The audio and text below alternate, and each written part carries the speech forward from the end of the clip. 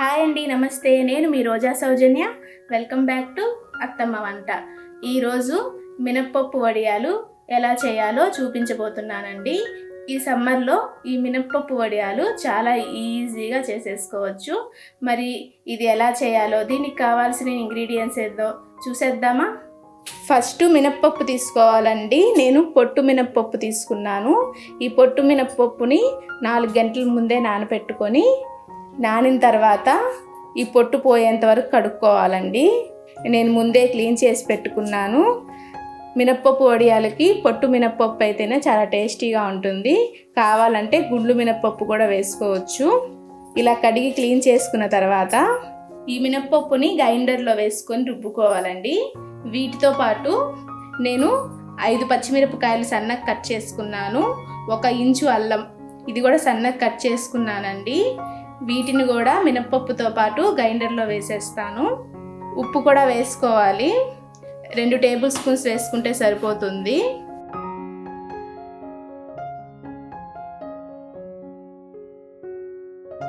ఈ విధంగా మినప్పప్పుని రుబ్బుకోవాలండి.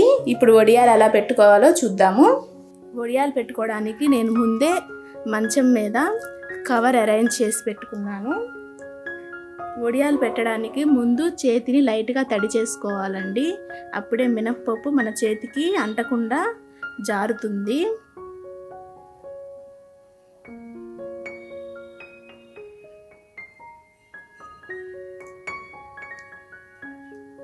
ఇలా చిన్న చిన్న బాల్స్ లాగా పెట్టుకోవాలి. మీకు కావాలంటే దీనికంటే కొంచెం పెద్ద సైజు కూడా పెట్టుకోవచ్చు. ఈ విధంగా వడియాలు మొత్తం పెట్టుకోవాలండి. బాగా ఎండ ఉంటే 1 రోజుకే ఎండిపోతాయి, లేకపోతే 2 రోజులు ఎండ పెట్టుకుంటే సరిపోతుంది. ఈ వడియాలు ఈవినింగ్ వరకు ఎండిన తర్వాత నేను కవర్ నుంచి ప్లేట్లోకి తీసేసుకున్నానండి. ఇలా ప్లేట్లోకి తీసేసుకొని 2 డేస్ ఇలాగే ఎండ పెట్టుకున్నాను ఎండలో. ఈ వడియాలు బాగా ఎండితేనే ఎక్కువ రోజులు స్టాక్ ఉంటాయండి. అలాగే ఫ్రై అయినా కూడా బాగుంటాయి టేస్టీగా.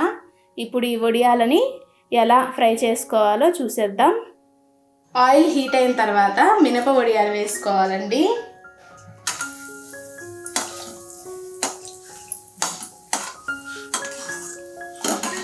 ఇలా మినప వడియాలు వేసుకొని ఫ్రై చేసుకోవాలి.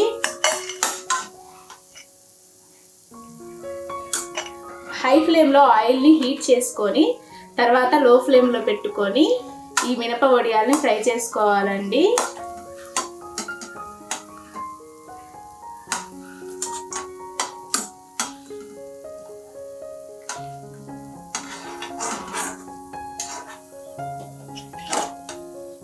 ఇలా గోల్డ్ కలర్లోకి వచ్చేస్తాయి వేయంగానే, అప్పుడు తీసేసుకోవడమే. మరి ఎక్కువగా ఫ్రై చేసుకుంటే బ్లాక్ కలర్లోకి వచ్చేస్తాయి, అంతవరకు అవసరం లేదు. ఈ గోల్డెన్ కలర్కి రాగానే తీసేసుకుందాం.